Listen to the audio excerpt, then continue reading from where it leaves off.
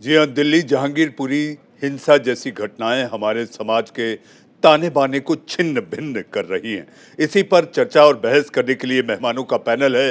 Panel में हमारे साथ विजय जौली, बीजेपी प्रवक्ता, हमारे साथ गुरदीप सप्पल साहब, कांग्रेस के नेता प्रवक्ता, हमारे साथ स्वामी चक्रपाणी जी महाराज धर्माचार्य, हमारे साथ वेदभूषण साहब जो कि रिटायर्ड पुलिस अधिकारी हैं दिल्ली पुलिस के, और पुलिस को लेकर आखिर पुलिस की भूमिका कितनी सही कितनी गलत, इसका आप लगातार अपनी बेबाक तरीके से, बेबाक अंदाज में आप इसको आकर आप अपनी बात रखते हैं। हमारे साथ शोएब जमई साहब इस्लामिक स्कॉलर भी हैं।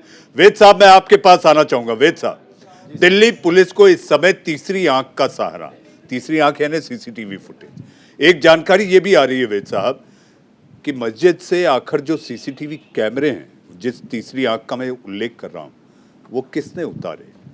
वो सबूत कहां जाएंगे? सबूत तो ये है कि पत्थर फेंके, पत्थर मारे, तलवार मिल गई, पिस्तल मिल गई। दूसरा मेरा सवाल आपसे, जो कि आपके भी मन में है, मेरे भी है, वो ये कि आखिर यूनुस चिकना और सोनू, पिस्तल कहां से आई, पैसा कहां से आया, उसे पिस्तल किसने दी? क्या ये रिमांड में पता चलेगा? अवस्थी साहब, मैं आपकी सारी बात को क्लियर करूंगा। पहले शोएब जमई साहब की एक बड़ी इंपॉर्टेंट उन्होंने एक मुद्दा खड़ा किया है। शोएब जमई साहब की तारीफ जानी जाती है कि वो शाहीन बाग के संस्थापक हैं, रचयिता हैं, सीए एनआरसी के वो जन्मदाता हैं। मैं उनसे अभी पूछूंगा कि क्या उन्होंने उसकी शाहीन बाग की परमिशन ली थी, किससे उनको परमिशन मिली थी। नंबर 2, उन्होंने एक बड़ा महत्वपूर्ण सवाल किया कि इसकी परमिशन नहीं ली गई थी। मैंने पहले भी शुरू में बताया था कि जो तीसरा जुलूस था, इसकी परमिशन अप्लाई की गई थी, दिल्ली पुलिस के पास मौजूद है, तमाम मीडिया के पास मौजूद है, ना हो तो आकर देख लें। मैं जिम्मेदारी के साथ कहता हूं, मेरी 65 इयर्स की एज है और मैंने इस दिल्ली के अंदर हजारों जुलूस, धरने, प्रदर्शन देखे हैं। पार्लियामेंट स्ट्रीट 3 साल रहा हूं, मैं सैकड़ों नहीं हजारों ऐसे जुलूस बताऊंगा जिनकी परमिशन नहीं ली गई थी। धार्मिक भी थे और राजनीतिक भी थे, परंतु ये हमारी जिम्मेदारी है डेमोक्रेटिक कंट्रीज में कि सबको किसी तरह से एकोमोडेट करना। अब इस एकोमोडेट करने का मैं ये कहता हूं कि यदि परमिशन नहीं थी तो क्या अधिकार था कि उनको गोली चलाई जाती? यदि परमिशन नहीं थी तो क्या उनको मारा जाता? क्या उनके ऊपर पत्थर फेंकना ये सही था? ये तो हुई अभी आपकी एक बात। अभी दूसरा है कि ये जो अभी बात चल रही थी कि वो अपराधी हैं, जो मैं बीएचपी का प्रवक्ता नहीं हूं, ना बीजेपी का हूं, ना कांग्रेस, ना आम आदमी पार्टी का। अपराध में फर्क होता है। मियाँ बीबी के झगड़ा होता है, वो भी एक अपराध है, वो बंद होते हैं, जेल जाते हैं। ये जो मुकदमा जो बीएचपी के नेता प्रेम, जिनका आप नाम ले रहे थे, उनका ऊपर हुआ है, वो एक वायलेशन को लेकर हुआ है, अपराध नहीं है। वायलेशन 188 आईपीसी में प्रोविजन है कि यदि आप पुलिस या जो भी संस्थाएं उनसे आप परमिशन नहीं लेंगे, सरकारी परमिशन, तो उसकी वायलेशन का प्रोविजन कानून में रखा हुआ है। वो उसके अपराधी हैं, ना कि किसी अपराधी चक्कू, तलवार या बंदूक मारने के अपराधी नहीं है। पहले अपराध में डिस्टिंग्विश करना सीख लीजिए। अब आती है सीसीटीवी क्यों उतारे गए। एक कल लेबोरेटरीज की तमाम साइंटिस्ट की टीम ने वहां पर इंस्पेक्शन किया था, तो इंस्पेक्शन के दौरान उन्होंने पाया कि मस्जिद के पास के जो गुरुद्वारे के मस्जिद के पास के जो सीसीटीवी थे वो उतार दिए गए। वो किसने उतारे, उनका क्या फायदा हो सकता है, वो कौन लोग थे जिससे कि वो चिन्हित हो जाते कि वहां पर क्या हुआ था, इसके पीछे किसकी मंशा थी, ये तमाम चीजें सामने आएंगी। अब मैं आपको बताता हूं कि ये जो अभी आपने एक सवाल पैदा किया कि कौन लोग करा रहे थे, मैं आपको बताऊं कि जब मेरा सवाल था वेद साहब, मेरा सवाल था सोनू चिकना ने आखिर पैसे कहां से जमा किए, पिस्तल कहां से आई, किसके कहने पर उसने गोली चलाई, कौन है जो ये पटकथा लिख रखा होगा? अब मैं उसी पर आ रहा था। अंसार और सोनू चिकना जहांगीरपुरी का एरिया रीसेटलमेंट एरिया है, जहां बड़ी तादाद में आम आदमी पार्टी ने बिना राशन कार्ड की वेरिफिकेशन, बिना आधार की वेरिफिकेशन, बहुत इंपॉर्टेंट सवाल पैदा कर रहा हूं, जो ऑनलाइन सिस्टम फ्री में बांटने का है। और एक सवाल और है, आम आदमी पार्टी के नेता नहीं है यहाँ पर, क्या इन इस तरह के अपराधियों को अब भी बिजली पानी ये हिंदुस्तान देगा? ये दिल्ली सरकार, हमारे टैक्स पेयर का पैसा इन अपराधियों को अभी भी दिया जाएगा? इस वक्त की बड़ी खबर एक और आ रही है वेद साहब। इस वक्त आम आदमी पार्टी के नेता विधायक सौरभ भारद्वाज संवाददाता सम्मेलन कर रहे हैं। रुपए के लिए लोग किसी का कत्ल करने के लिए तैयार है, 5-5 हजार रुपए के लिए। तो ये तो कुछ भी नहीं है कि आप 5 हजार रुपए दो किसी को, वो किसी भी टोपी पहन के कुछ भी करने के लिए तैयार है। तो अगर हम लोग ये देखकर ये तय करने लगेंगे कि कौन किस दंगे का मास्टरमाइंड है और कौन सी पार्टी किस दंगे के पीछे है, तो ये तो बड़ा अजीब हो जाएगा इस देश के अंदर। सर, आपने बताया कि ये घर घर जाके वोट मांगा है, किस कैंडिडेट के लिए और कहां के एरिया में? संगीता बजाज, कहां भारतीय जनता पार्टी की इनकी लोकल प्रत्याशी होंगी यहीं की, मुझे लग रहा है एमएलए की प्रत्याशी। कहाँ से? एक बार गूगल करके देख लो संगीता। अरे सब हार गए, इनका नाम नहीं पता हमें कहाँ से हारे हैं, यहीं से हारे होंगी कहीं से आसपास से। हाँ राइट। सौरभ, एक वीडियो आया है सीसीटीवी, उसमें 15 तारीख की रात को करीबन 2:11 पे कुछ लोग डंडे जमा कर रहे हैं, ये दिख रहा है। मतलब कोई तैयारी के साथ ये पूरा प्रकरण अगले दिन हुआ है, इस पर आपका क्या कहना है?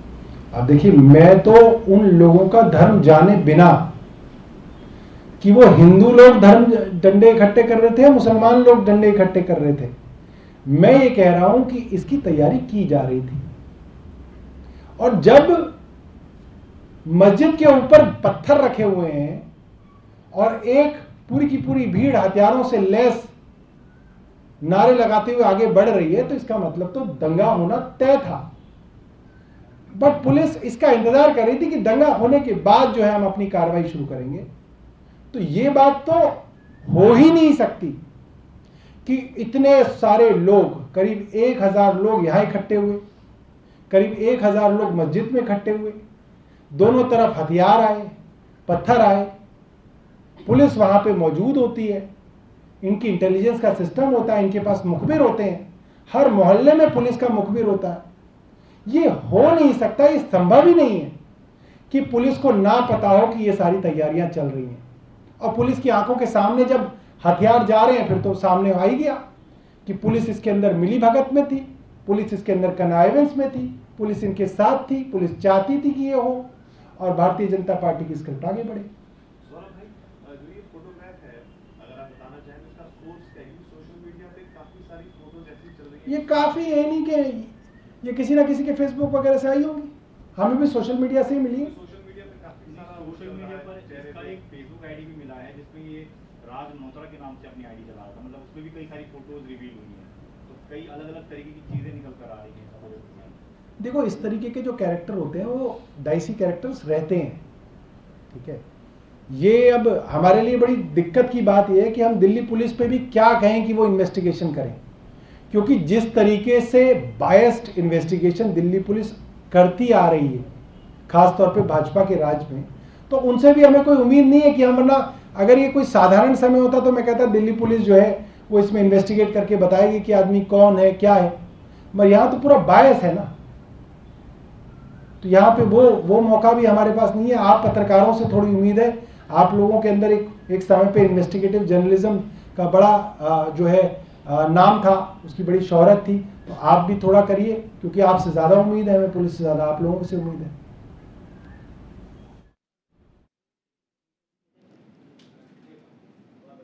आम आदमी पार्टी विधायक सौरभ भारद्वाज को आप सुन रहे थे, जो फिर एक बार दोहरा रहे थे।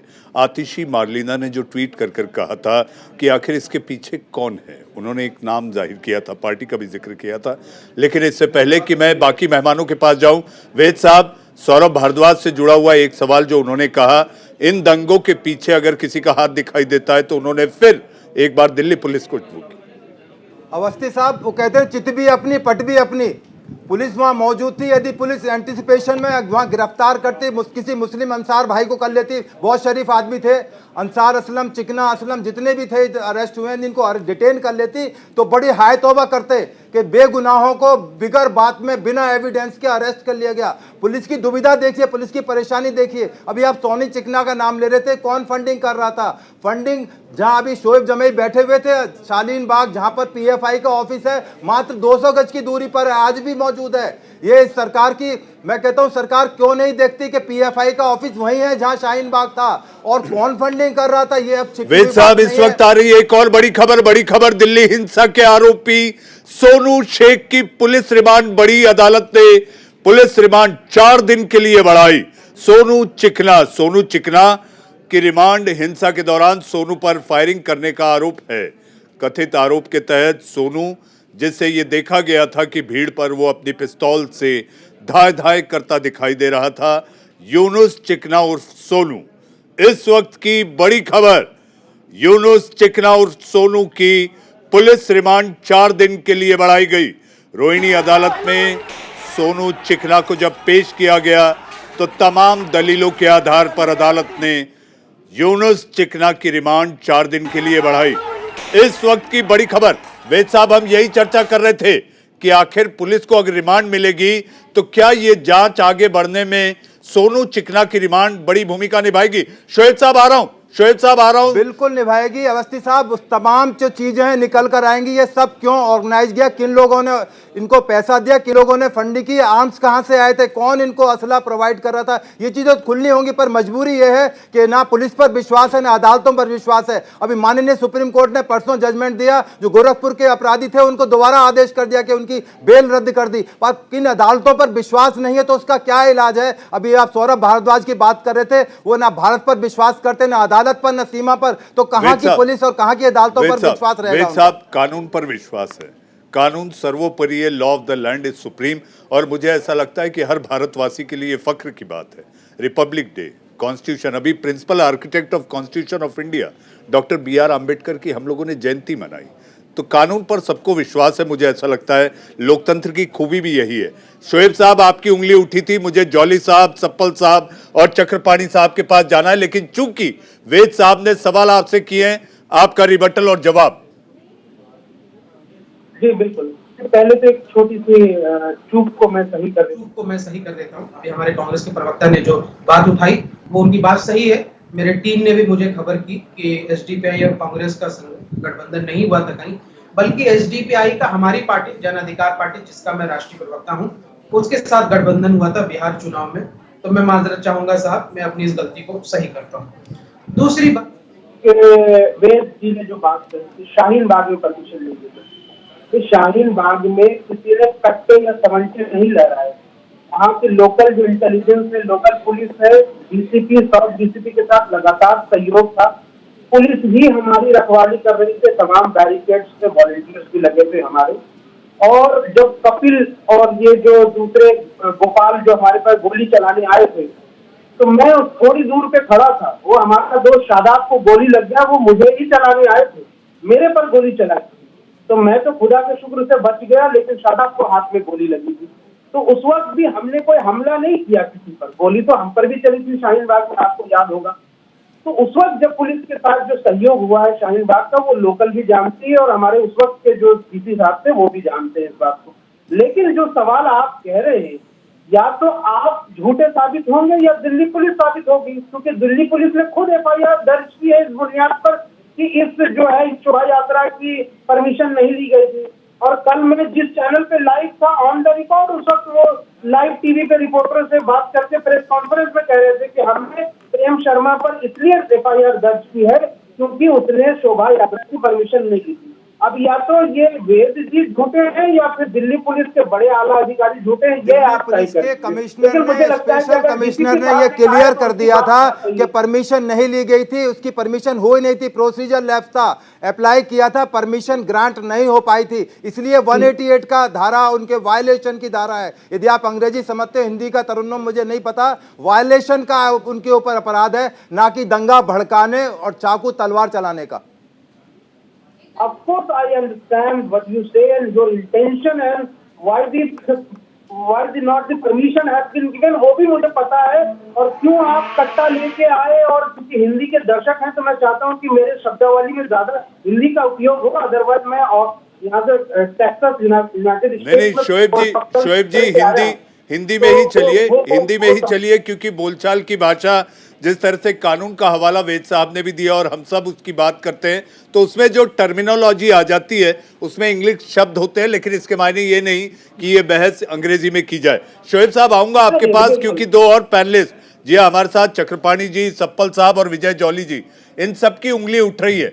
स्वामी जी के पास कुछ अपने जवाब हैं, लेकिन सप्पल साहब, जॉली साहब आ रहा हूं, सप्पल साहब, आप वेद साहब और वेद साहब के साथ साथ जब जमई साहब कह रहे थे, आपकी उंगली लगातार इस तरह उठी हुई थी। हमारा सवाल यह है कि आम आदमी पार्टी कहती है कि इसके लिए जो जिम्मेदार है उसका उन्होंने नाम लिया है। मैं बिल्कुल 3 बातें कहना चाह रहा हूं। एक तो शुक्रिया जमई साहब का साफ करने के लिए कि कांग्रेस पार्टी ने कभी चुनाव नहीं लड़ा PFI के साथ, SDPI के साथ। और मैं एक जानकारी और दे दूं कि कांग्रेस पार्टी लगातार उन पे बैन की मांग कर रही है। 8 साल से मोदी सरकार है, बैन नहीं कर रहे हैं, उनको नहीं कर रहे हैं बैन। उनकी अपनी सरकारें मांग कर रही हैं तब भी बैन नहीं कर रहे हैं। क्यों नहीं कर रहे हैं ये मैं आपके जनता के ऊपर छोड़ता हूं, क्योंकि ये सवाल तो पूछा जाना चाहिए। दूसरी बात, मैं वेद जी के जोश से बड़ा प्रभावित हूं कि भाई पता लगेगा असला कहां से आया, पिस्टल किसने दी। बिल्कुल सही बात है, ये जांच होनी चाहिए। और चूंकि आपकी बात से मुझे याद आ गया कि शाहीन बाग में जब कपिल गुर्जर की ऐसी फोटो आई थी पिस्तौल तान कर, बिल्कुल सेम फोटो थी। कृपया बताइए 2 साल में दिल्ली पुलिस ने क्या जांच की, कहां से असला आया, क्यों, कौन कौन षड्यंत्र में शामिल थे? कोई रिपोर्ट इस देश के सामने है या केवल जोश टीवी के लिए रहेगा? चार्जशीट कोर्ट में है सतपाल साहब, चार्जशीट कोर्ट में है। आप कोर्ट में जाकर चार्जशीट की कॉपी देख सकते हैं। क्या उसमें साक्ष्य, आपने चार्जशीट देखी है? सतपाल साहब मेरी बात का जवाब दीजिए, क्या आपने उस केस की चार्जशीट देखी है? Have you gone through the chargesheet? Satpal साहब पढ़े लिखे आदमी है, पढ़े लिखे आदमी की तरह डिबेट कीजिए। क्या आपने उस केस की चार्जशीट देखी है? वो कट्टा कहां से आया, क्या आपको पता है? क्या आपने उस केस की फाइल को देखा? कोर्ट में जाके देखिए, आपको पता लगेगा क्या सबूत है उसमें। आप बताइए जनता को, क्योंकि आपको जानकारी है, आप दिल्ली पुलिस से। हाँ तो मैं बता रहा हूँ, आप मान नहीं रहे, आप सवाल पैदा कर रहे हैं कि वो कट्टा कहां से आया। कट्टे की जानकारी अदालत पूछेगी कि कट्टे की रिसोर्स क्या थे, और फाइल के अंदर लिखा हुआ है, केस फाइल के अंदर है। आप बताइए ना कि 2 साल के अंदर जांच जब होती है, दिल्ली पुलिस की तरफ से आप बोल रहे थे ना, इसलिए मैं सवाल उठा रहा था। तो चार्जशीट कोर्ट में आ चुकी है, अब तो चार्जशीट कोर्ट में ट्रायल में चल रहा है मुकदमा, हो सकता है बहुत आगे एडवांस स्टेज पर जा चुका हो। जनता को बता दीजिए, जब आप इतनी सारी बातें बता रहे, बता दीजिए जी। सप्पल साहब लेटेस्ट इज ग्रेटेस्ट। सप्पल साहब आप खुद टीवी पत्रकार रहे हैं, सप्पल साहब आप खुद टीवी पत्रकार रहे हैं, लेटेस्ट इज ग्रेटेस्ट। हमें अभी इस समय जहांगीरपुरी की बात करनी है सप्पल साहब। नहीं सर, इसलिए बोल रहा हूं मैं, क्योंकि लॉ एंड ऑर्डर को बनाए रखने की, उसकी इज्जत बनाए रखने की एक प्रक्रिया होती है। वो प्रक्रिया ये नहीं होती है कि 2016 में कोई नारे लगाए जेएनयू गेट पर, आज तक गिरफ्तार नहीं हो। उसकी प्रक्रिया ये नहीं होती है कि जो भी कोई गड़बड़ करे वो भागा रहे और सरकार गिरफ्तार ना करे। लेकिन जो सवाल आपने मुझसे पूछा था मनीष जी, कि अतिशी मरलेना ने जो बोला है और फोटो जारी की है, सिर्फ बोला नहीं है, ट्विटर पे फोटो जारी की है कि अंसार जो मुख्य आरोपी है जहांगीरपुरी दंगों का, दिल्ली पुलिस के अनुसार वो बीजेपी का नेता है। इसका जवाब जॉली जी से पूछिए, मेरा तो सवाल है आपकी तरह। जी जॉली साहब, आखिर सौरभ भारद्वाज, आतिशी मारलीना, ये इस तरह की बातें जो उठ रही हैं, घटनाओं के चरित्र को अगर देखें, जॉली साहब घटनाओं के चरित्र को देखें, तो आखिर ये किसकी लिखी पटकथा आपको लगती है? देखिए, मैं बहुत देर से इंतजार कर रहा था और आप सबको सुन रहा था। वर्ष 2020 में जो उत्तर पूर्वी दिल्ली के अंदर दंगे हुए, उसका मुख्य आरोपी आम आदमी पार्टी का पार्षद ताहिर हुसैन आज भी जेल में बंद है।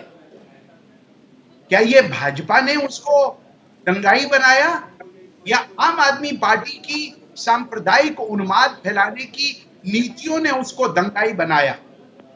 और दूसरा, जो अभी आतिशी ने और सौरभ भारद्वाज ने, जो कि आम आदमी पार्टी के दिल्ली के प्रवक्ता भी हैं, नेता भी हैं, विधायक भी हैं, मैं उनसे पूछना चाहता हूं, अंसार पुलिस हिस्ट्री शीटर, उस पर अवैध हथियारों और जुआ अधिनियम के आरोप हैं, लेकिन मेरे पास ये पिक्चर है, अंसार आम आदमी पार्टी की टोपी पहने हुए उसका कार्यकर्ता है।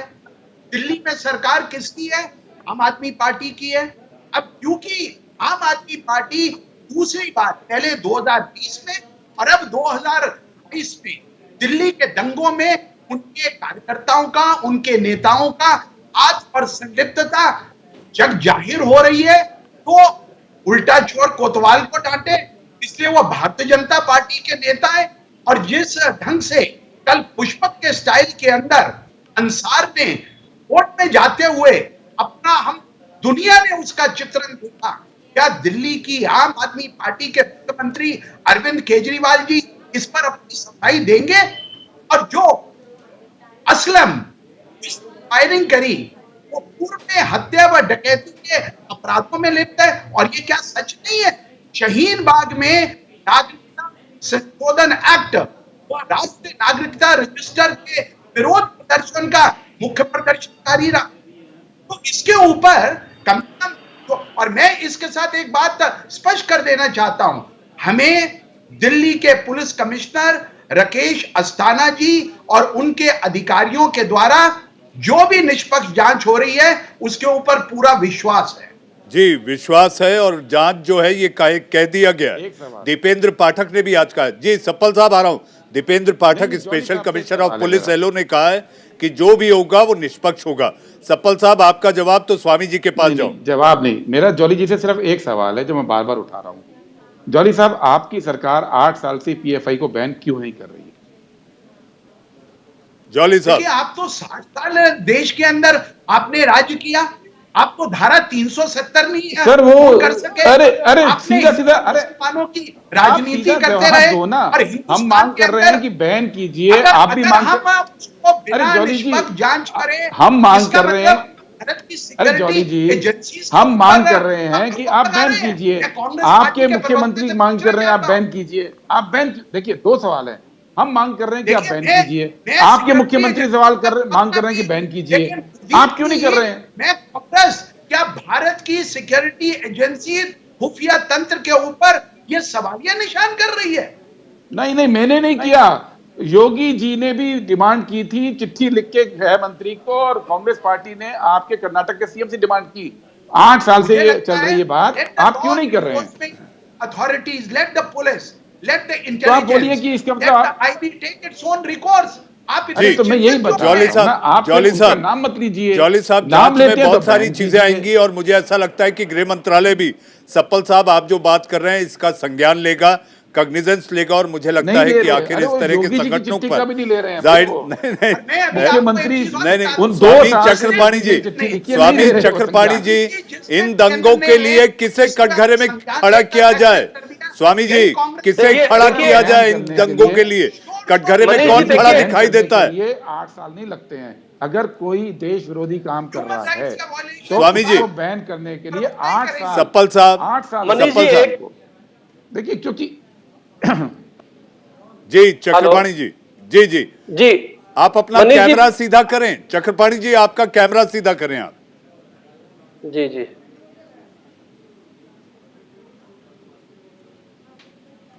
आप बोलते रहिए स्वामी जी। जी, देखिए अभी कांग्रेस प्रवक्ता जो बोल रहे थे कि आप जो हिंदू, देखिए हमारे जो संत सम्मेलन हुआ छत्तीसगढ़ में, उनके खिलाफ एफआईआर हो गया, वो जेल चले गए। हरिद्वार में हुआ, वो जेल चले गए। सवाल इस बात का है कि अभी दारुल उलूम के चांसलर ने जो भड़काऊ भाषण दिया है और ये मुसलमानों को उकसाने का काम किया है, जिहादी मानसिकता के। जहां हमारी सरकार थी हमने एक्शन लिया, जहां आपकी सरकार है आप एक्शन ले लीजिए।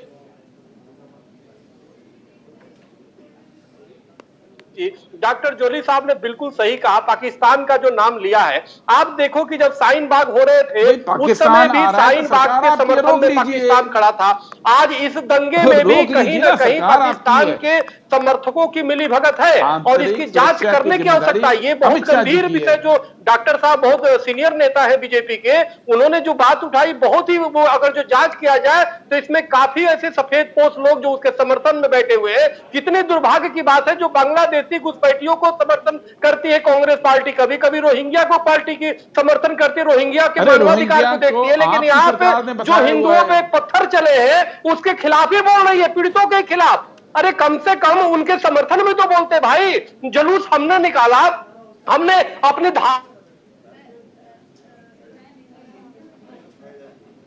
स्वामी जी, आपकी आवाज नहीं आ पा रही है। स्वामी जी, आप इसका जवाब जी सप्पल साहब, लास्ट कमेंट, मुझे बहस खत्म करनी है। सप्पल साहब, चक्रपाणी जी से मेरा रिक्वेस्ट है कि अगर यूपी के अंदर कोई भड़काने वाला भाषण दे रहा है तो आपकी सरकार वहां पे उस पर कार्रवाई कर ले।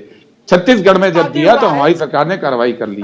दूसरी बात, कोई पाकिस्तान से आ रहा है या कोई रोहिंग्या है तो आप ही की सरकार है भाई, वो हमारी नहीं है, वो ख्याल करे उसका। आप किससे कह रहे हैं? मुझे लग रहा है आप कंफ्यूज हो रहे हैं। आपको लग रहा है कि आप 2014 से पहले की बातें कर रहे हैं। 8 साल से मोदी जी की सरकार है। अगर पाकिस्तान आज कुछ कर रहा है तो अमित शाह जी का फेलियर है, किसी और का फेलियर तो है नहीं है। तो ये आप हमसे सवाल मत पूछिए, आप अमित शाह जी से सवाल पूछिए कि पाकिस्तान दिल्ली में कैपिटल में भारत की कैसे कर पा रहा है मोदी जी के राज में ऐसे गड़बड़। ये सवाल अमित शाह जी से पूछिए आज आप, क्यों नहीं पूछेंगे? शोएब साहब लास्ट कमेंट। शोएब साहब, मुझे बहस खत्म करनी है, लास्ट कमेंट। देखिए, सॉल्यूशन की तरफ आना पड़ेगा। हम सबको सिविल सोसाइटी की जिम्मेदारी है कि हम लोग अपने बातों में भी और अपने समाज को समझाएं। मैं समझाऊं अपने समाज को कि भाई क्यों पत्थर फेंकते हो, क्यों यहाँ से जाकर के हंगामे करते हो, पुलिस का सहारा लो, खुद कानून हाथ में क्यों लेते हो। और चक्रपाणी महाराज बाकी लोगों को समझाएं कि शोभा यात्रा निकालते हो, अच्छी बात है, आपके धर्म का है, यहाँ से सब लोग। शोएब साहब, आपने एक बात तो सही कही, आपने एक बात तो सही कही, आपने एक बात तो सही कही कि सबको एक मंच पर आकर सोचना होगा, सबको एक मंच पर आकर सोचना होगा कि आखिर कटघरे में किसे खड़ा किया जाए। आमतौर पर मेरे पत्रकारिता के करियर में मैंने ये देखा है कि इस तरह के दंगों की पृष्ठभूमि क्यों तैयार की जाती है। मैं केवल इतना ही कहना चाहूंगा कि इस तरह की दंगों की पृष्ठभूमि के पीछे चुनाव होते हैं, और चुनाव के मद्देनजर अगर इस तरह की पृष्ठभूमि दिखाई देती है तो जाहिर सी बात है चिंता का विषय है, क्योंकि हमारे देश में हर साल चुनाव होंगे, अलग अलग प्रदेशों में होंगे, लोकल इकाई में होंगे, यानी कि लोकल काउंसिल के। तो क्या समाज इसी तरह से तनावग्रस्त रहेगा, परेशान रहेगा? चिंता करने की बात है। तो आखिर कटघरे में खड़ा किया जाए तो किसे किया जाए? आप खुद समझदार हैं। इंडिया का सवाल में आज वेद भूषण साहब, गुरदीप सप्पल साहब, विजय जौली साहब, चक्रपाणी जी महाराज और शोएब जमई साहब आप लोग आए, आप लोगों ने अपनी राय रखी, आप सबका बहुत बहुत धन्यवाद। लेकिन अब वक्त है एक छोटे से ब्रेक का। ब्रेक के उस पार खबरों के पिटारे को लेकर आएंगे मेरे सहयोगी अंजनी कुमार सिंह, छोटे से इंतजार के बाद।